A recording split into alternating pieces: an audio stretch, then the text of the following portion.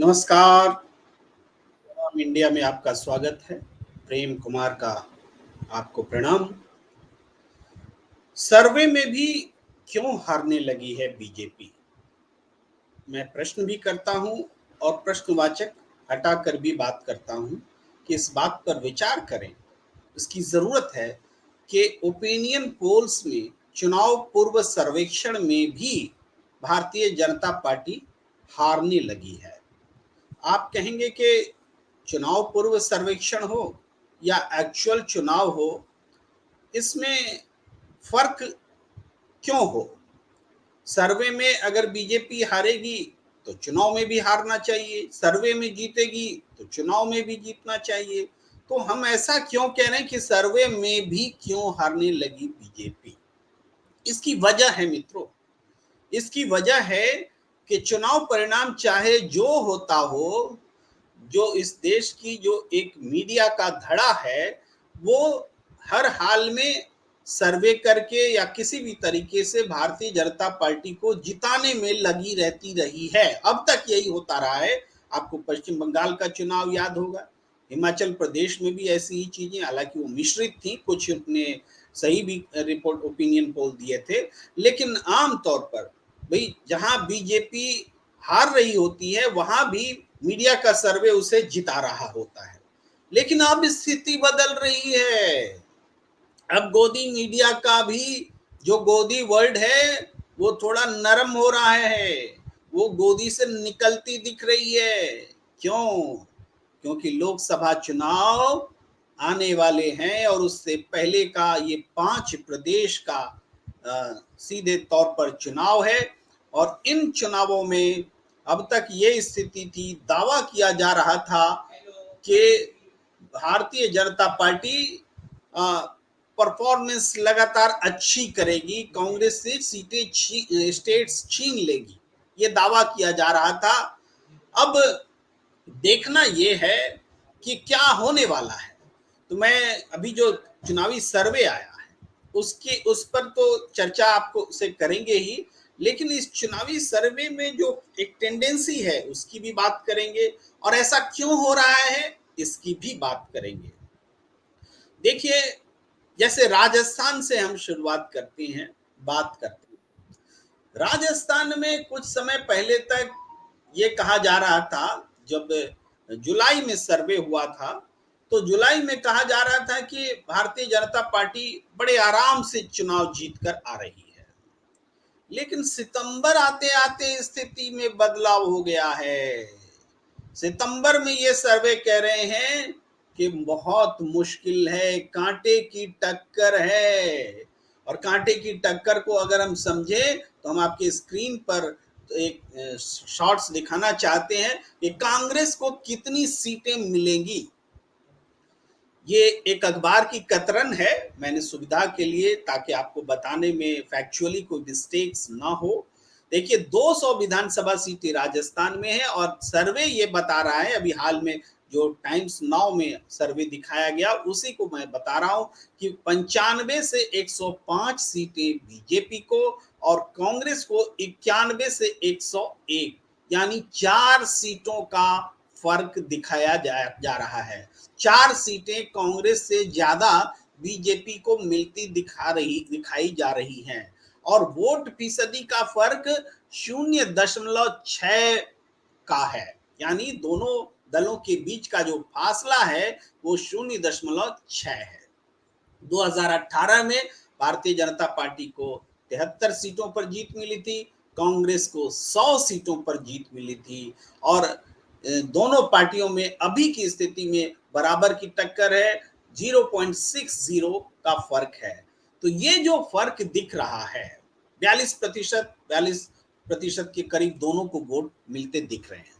ये जो फर्क दिख रहा है, ये नजदीकी मुकाबला और बेहद नजदीकी मुकाबले में जो बदल गया है, इसके क्या कारण है? पहले राजस्थान पर ही बात करते हैं, तब फिर मध्य प्रदेश और छत्तीसगढ़ पर भी आएंगे। राजस्थान में लगातार कांग्रेस एक्टिव रही, चाहे अशोक गहलोत और सचिन पायलट एक दूसरे के खिलाफ सियासत करते हुए, लड़ते हुए लेकिन मैदान में यही दोनों दिखते रहे हैं। अभी चुनाव के आखिरी समय में भारतीय जनता पार्टी की टीम पूरा जोर शोर लगा रही है। भारतीय जनता पार्टी ने देश भर से नेताओं को यहाँ कैंप करा रखा है राजस्थान में। लेकिन इससे राजस्थान के लोगों के मन में ये बात भी उठ रही है कि राजस्थान के नेताओं पर विश्वास क्यों नहीं किया जा रहा है। वसुंधरा राजे एक बड़ा फैक्टर है जो निश्चित रूप से जिनको स्थानीय जो यात्रा निकली इन यात्राओं से वसुंधरा राजे को दूर रखा गया। अब इसकी स्ट्रैटेजी क्या होगी ये अलग बात है। बीजेपी के भीतर की खींचतान क्या है, वसुंधरा राजे को मुख्यमंत्री बनाया जाए कि नहीं बनाया जाए, ये बीजेपी का अंदरूनी मसला जरूर है। लेकिन राजस्थान का प्राथमिक मसला भी है कि हमारा मुख्यमंत्री कौन तय करेगा, कैसे तय होगा। तय तो दिल्ली से कांग्रेस पार्टी में भी होता है, लेकिन हम जानते हैं कि अशोक गहलोत जब चाह लेते हैं तो कांग्रेस पार्टी चाह करके भी अशोक गहलोत को बदल नहीं पाती है। लेकिन भारतीय जनता पार्टी में क्या होता है, भारतीय जनता पार्टी जब वसुंधरा राजे को बदल नहीं पाती है चेहरे के तौर पर, तो एक नारा लगा दिया जाता है कि वसुंधरा तेरी खैर नहीं, मोदी तुझसे बैर नहीं। और ये नारा बीजेपी के लोग ही लगाते हैं और वसुंधरा राजे चुनाव हार जाती हैं। लेकिन इस चुनाव में जो चुनाव अभी आगे चल रहा है, बढ़ रहा है, उसमें अगर देखा जाए तो हालात ये हैं कि भारतीय जनता पार्टी ने एक प्रयोग स्थल के रूप में राजस्थान को चुना है। अब एक तरफ भारतीय जनता पार्टी के एफर्ट्स हैं, दूसरी तरफ कांग्रेस के एफर्ट्स हैं। कांग्रेस ने दो तरीके से कम परफॉर्म किया है।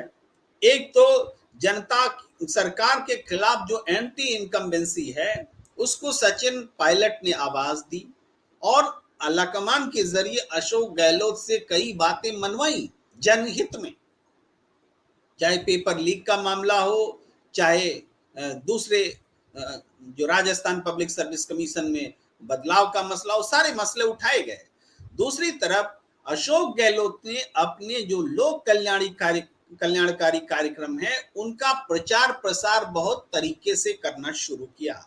अब वो सबको चिकित्सा का बीमा देना हो या बेटियों के लिए मोबाइल देना हो या दूसरी तरह की जितनी भी योजनाएं हैं, उसका उन्होंने प्रचार प्रसार बहुत मजबूती से किया और वो लगातार सक्रिय हैं। Constantly both the leaders are active in Rajasthan.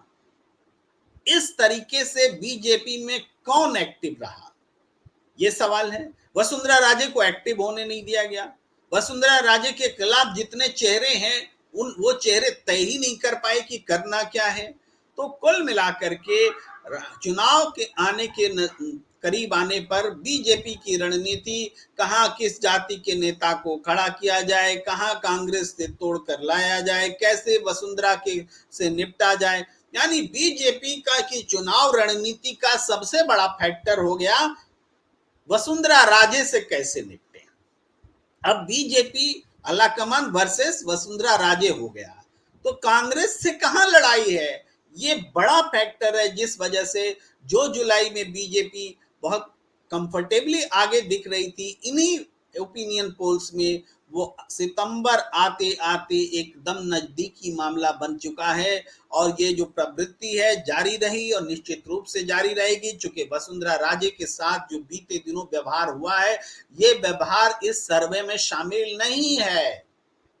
जो व्यवहार हुआ है, जो अपमान का घूंट उन्होंने पिया है और जो अब भी वो अपमान सह रही हैं अपने समर्थकों को टिकट दिलाने की खातिर और आला कमान के पसी जाने की खातिर, और अगर उसमें तनिक भी दिक्कत आई तो वसुंधरा राजे को इस चुनाव में बीजेपी को हराने के लिए या पूरे चुनाव से तटस्थ रहने के लिए, मैं तो बहुत न्यूट्रल भाव से बोल रहा हूं कि अगर वसुंधरा बदला लेने के मूड में ना भी आए तो कम से कम वो तटस्थ हो जाएंगी, उदासीन हो जाएंगी। उस हालत में भी भारतीय जनता पार्टी की चुनावी संभावनाओं को प्रतिकूल झटका लगेगा, प्रतिकूल मैं कह रहा हूं, उल्टा उसको उसके बीजेपी को होगा।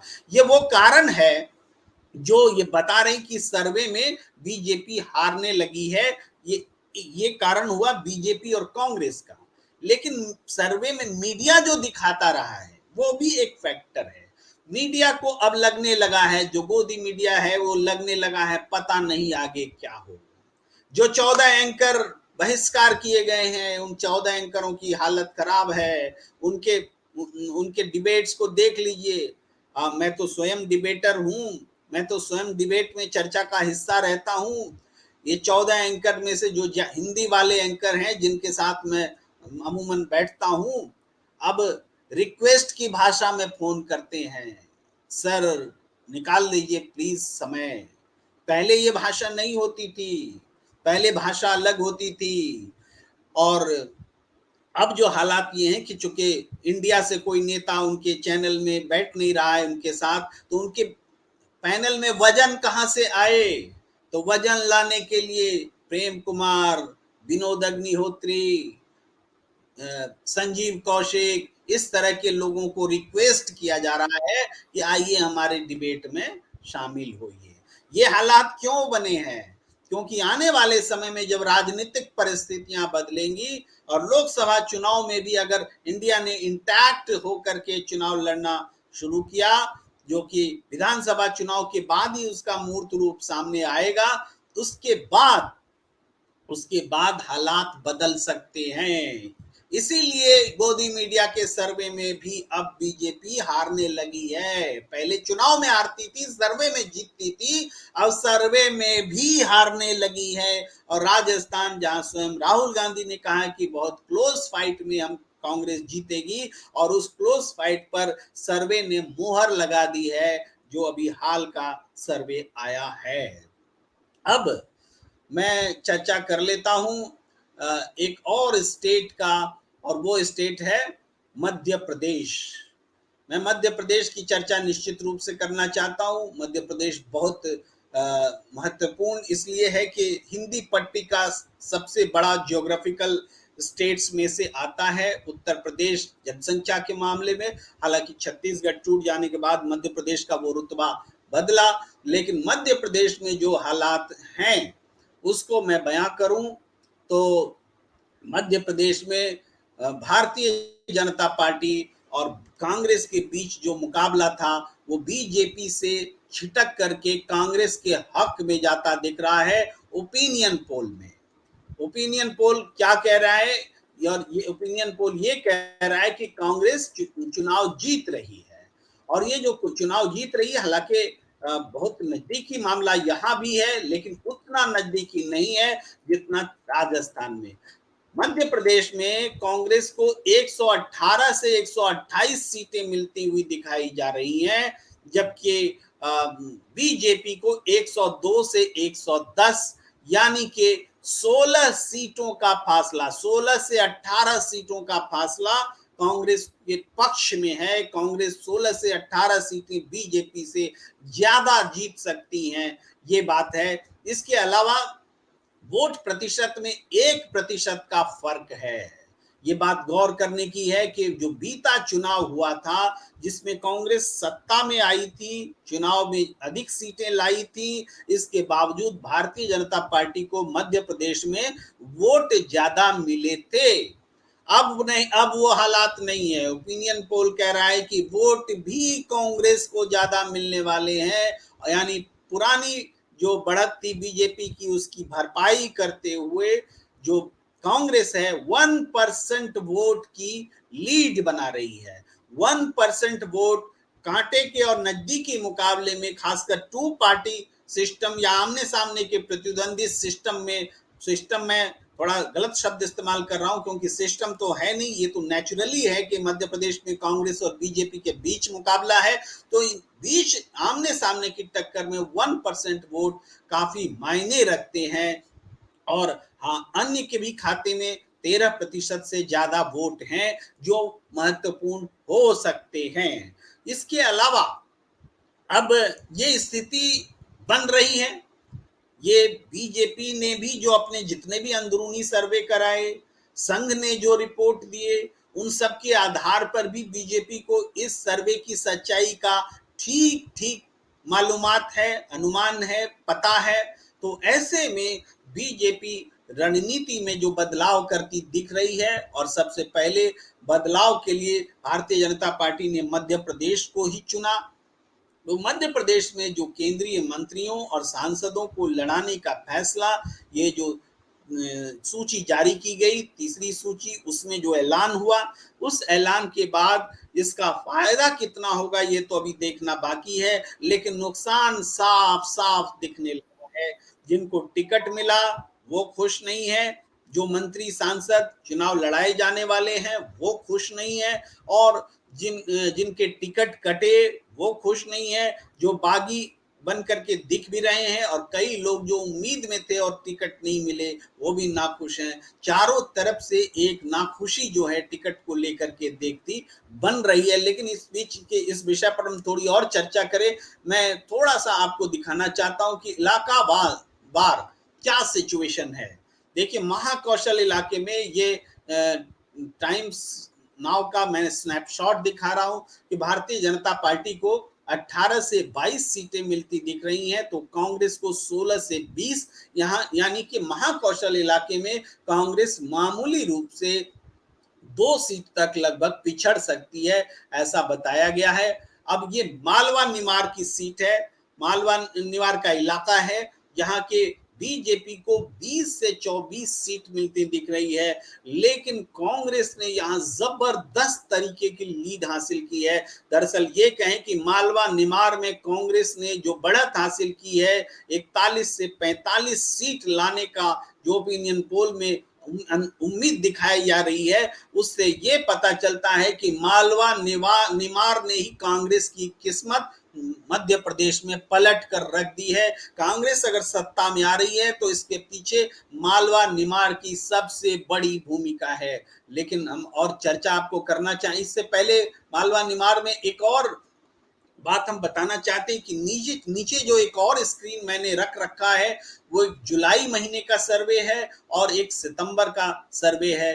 तो जुलाई में बीजेपी को जहां 22 से 26 सीटें मिल रही थी, वो और कांग्रेस को 40 से 44, वो यहाँ सितंबर आते आते बीजेपी के लिए 20 से 22 हो गई है और कांग्रेस 41 से 45, यानी बीजेपी की स्थिति जो है और खराब हुई है और कांग्रेस की स्थिति और मजबूत हुई है।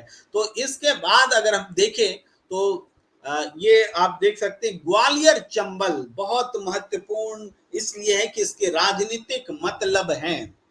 ग्वालियर चंबल में आप देखेंगे कि भारतीय जनता पार्टी को जो सीटें मिल रही हैं वो 4 से 8, कांग्रेस के खाते में 26 से 8 सीटें मिलती दिखाई दे रही हैं। और अगर जुलाई और अब के सितंबर के सर्वे की तुलना करें तो यहाँ भी बीजेपी को 5 से 9 सीटें जहां जुलाई में मिल रही थी अब 4 से 8 मिल रही हैं, और कांग्रेस को जो 5 से 29 मिल रही थी अब 26 से 25 से 29, यहाँ थोड़ा कट गया है स्क्रीन, वो 26 से 30 सीटें मिलती दिख रही हैं। तो ये इस पर थोड़ी चर्चा जरूरी है कि ग्वालियर वाला इलाका वो इलाका है जहाँ के ज्योतिरादित्य सिंधिया जहाँ से आते हैं, जहाँ से नरेंद्र सिंह तोमर आते हैं, जहां से जीतू पटवारी जैसे नेता आते हैं, कद्दावर नेता हैं। लेकिन ज्योतिरादित्य सिंधिया का जिक्र करना जरूरी है।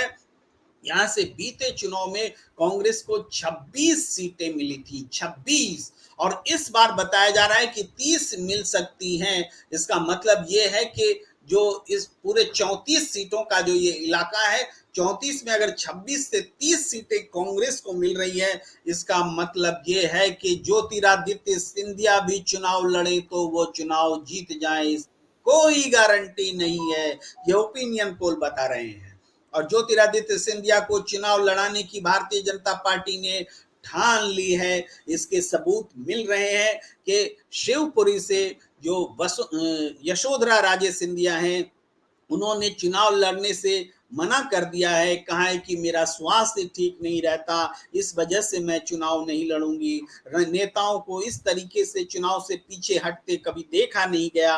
और इस बात को अगर समझना हो तो मैं आपको उदाहरण प्रहलाद पटेल जी का दूंगा, जो केंद्रीय मंत्री हैं, जिनको चुनाव लड़ने के लिए नरसिंहपुर भेजा जा रहा है। उनके अपने इलाके में वहां जो उनके भाई एमएलए हैं जालिम सिंह पटेल, उन्होंने कहा कि मैं अपने भाई के लिए इस बार चुनाव नहीं लड़ूंगा। इतनी भलमनसाहत राजनीति में भला कौन दिखलाता है? एक साथ बाप बेटा चुनाव लड़ते हैं, भाई भाई चुनाव लड़ते हैं, ननद चुनाव लड़ते हैं, भाई भौजाई चुनाव लड़ते हैं, सारे उदाहरण मौजूद होते हैं। लेकिन जिस तरीके से प्रहलाद सिंह पटेल को उतारने के बाद उनके भाई से ये कहवा दिया गया कि हम चुनाव लड़ना नहीं चाहते, उसी तरीके से जब यशोधरा राजे यानी बुआ से कहवा दिया गया है कि चुनाव नहीं लड़ेंगे, तो भतीजा को चुनाव लड़ाने की पूरी तैयारी हो चुकी है, बस घोषणा बाकी है।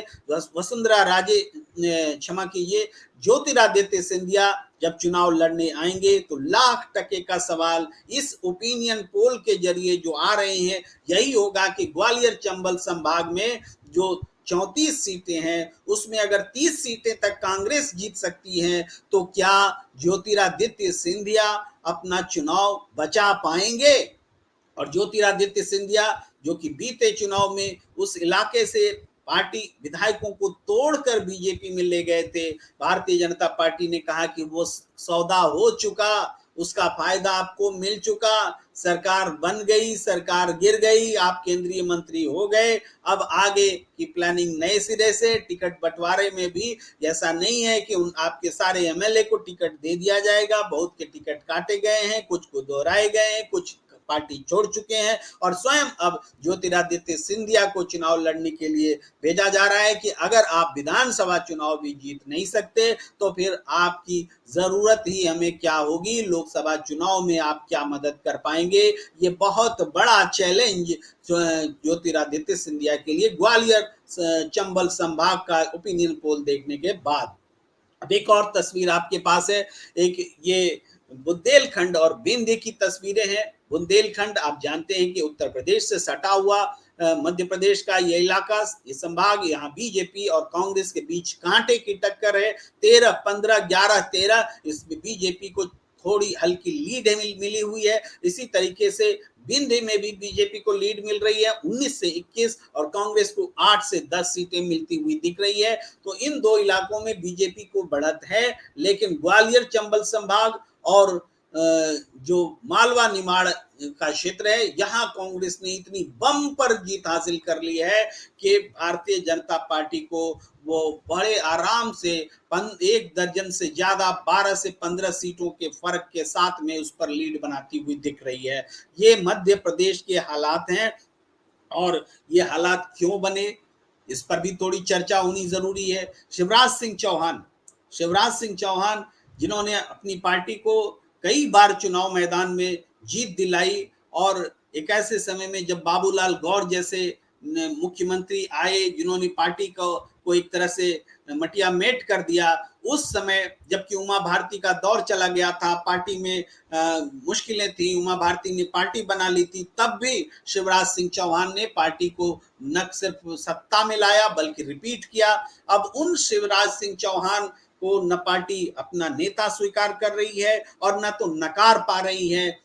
इस हालात में शिवराज सिंह चौहान में कोई उत्साह नहीं बचा है, उनके समर्थकों में उत्साह नहीं बचा है और अगर चुनाव जीत जाते हैं तो कौन मुख्यमंत्री होगा, इसको लेकर के जो कद्दावर नेता वहां गए हैं उनमें भी विश्वास नहीं है कि मैं ही क्यों बनूंगा। क्या ज्योतिरादित्य सिंधिया को अपने चुनाव जीतने का जब विश्वास नहीं होगा तो वो मुख्यमंत्री बनने की सोच सकते हैं? क्या नरेंद्र सिंह तोमर जब अपने चुनाव अपनी सीट बचा नहीं पाएंगे तो क्या वो चुनाव जीत सकते हैं? मैं ये बात इन दोनों नेताओं के संदर्भ में इसलिए कह रहा हूं कि ओपिनियन पोल कह रहे हैं कि चंबल ग्वालियर संभाग में 34 में से 30 सीटें तक कांग्रेस जीत सकती है। अगर ऐसा है तो नरेंद्र सिंह तोमर भी चुनाव हार सकते हैं और ऐसा है तो ज्योतिरादित्य सिंधिया भी लड़ेंगे तो चुनाव हार सकते हैं। ये हालात बन गए हैं। तो अगला मुख्यमंत्री का चेहरा कौन होगा, इसको लेकर के भ्रम है, नेतृत्व कौन करेगा इसको लेकर के भ्रम है, गुटबाजी है, निराशा है। और ऐसे हालात में स्थिति और सुधरने के बजाय और बिगड़ेगी, इसके पूरे आसार हैं। ये अंतर जो अभी गोदी नामक मीडिया दिखा रही है, ये अंतर बहुत बढ़ने वाला है। वास्तव में वहां मेरा जो आकलन है, मैंने जो कह रखा है वो ये कि 2/3 सीटें कांग्रेस लेकर आ रही है और 1/3 सीट बीजेपी के पास होगी। अदर्स की मैं नगण्य में चर्चा है इसलिए मैं करना नहीं चाहता। तो 2/3 और 1/3 की लड़ाई है। जब गोदी मीडिया इस इतने आराम से 122-25 सीटें जब कांग्रेस के लिए दिखा रहा है, इसका मतलब 60% से ज्यादा सीटें मोदी मीडिया ही देता दिख रहा है। तो स्पष्ट रूप से ये 2/3 का मतलब ही 66% और 33% होता है। तो उस दिशा में मध्य प्रदेश का चुनाव जा रहा है। छत्तीसगढ़ की भी बात कर लेते हैं। छत्तीसगढ़ में एक तरफा मुकाबला देखा जा रहा है। एक तरफा इसलिए कि जो छत्तीसगढ़ में सर्वे आया है उसमें भारतीय जनता पार्टी को 27 सीटें मिलती दिख रही हैं और कांग्रेस को 62 सीटें मिलती दिख रही हैं। यानी पिछले बार के मुकाबले कांग्रेस को 4 सीटें घट सकती हैं। और अभी कांग्रेस के पास चूंकि उपचुनाव वगैरह में जीत के बाद 71 सीटें हैं, तो कांग्रेस को 9 सीटों का नुकसान हो सकता है। लेकिन फिर भी 62 का आंकड़ा 90 में यह भी 2/3 बहुमत के करीब है। यानी एमपी और छत्तीसगढ़ में कांग्रेस 2/3 बहुमत के साथ अपनी मौजूदगी दिखाती हुई नजर आ रही है और बीजेपी काफी पिछड़ चुकी है। और राजस्थान में भी जो बढ़त थी बीजेपी की, वो लगातार घटती हुई एकदम कांटे की टक्कर में बदल चुकी है। और जिस तरह के राजनीतिक हालात हैं वो बीजेपी से संभलता नहीं दिख रहा है। चाहे राजस्थान हो, चाहे मध्य प्रदेश हो, चाहे छत्तीसगढ़ हो, हर जगह भारतीय जनता पार्टी की स्थानीय इकाइयों में, नेताओं में ये बात घर कर गई है कि प्रदेश को 2 गुजराती दिल्ली से चलाना चाहते हैं, वो मनमानी करना चाहते हैं, स्थानीय नेतृत्व को पर विश्वास नहीं रखते, केवल गुजरातियों पर भरोसा करते हैं। वैसे ही लोगों को वहां लगाया जाता है चुनाव में, निगरानी में और महत्वपूर्ण जगहों पर जो गुजराती हैं या फिर उनके करीबी हैं। ये कोई आरोप नहीं है, ये तथ्यात्मक सच्चाई है। उत्तर प्रदेश जैसे इलाकों में भी ऐसा हुआ। हालांकि उत्तर प्रदेश की तस्वीर बदल चुकी है, योगी आदित्यनाथ अब काफी यहाँ मजबूती से पैर जमा चुके हैं, लेकिन शिवराज सिंह के पैर उखड़ने वाले हैं, वसुंधरा राजे के पैर उखड़ चुके हैं और ज्योतिरादित्य सिंधिया को भी हटाया, भगाया, अपमानित किया जाने वाला है। यशोधरा राजे को तो निपटा ही दिया गया है। पूरे वसुंधरा परिवार, पूरे राजे परिवार, पूरे सिंधिया परिवार जो कहें, सिंधिया परिवार एक तरह से भारतीय जनता पार्टी ने प्रणाम बोलने का फैसला कर लिया है। तो आज की बातचीत को हम यहीं पर विराम देना चाहेंगे और आपसे आग्रह है कि अगर आपने हमारा YouTube चैनल सब्सक्राइब नहीं किया है तो आप निश्चित रूप से हमारा YouTube चैनल सब्सक्राइब कर लें, और ताकि हमारे और आपके बीच बातचीत का जो सिलसिला है वो आगे भी जारी रहे और समसामयिक विषयों पर बातचीत के लिए हम आते रहें। हमें दीजिए इजाजत। नमस्कार।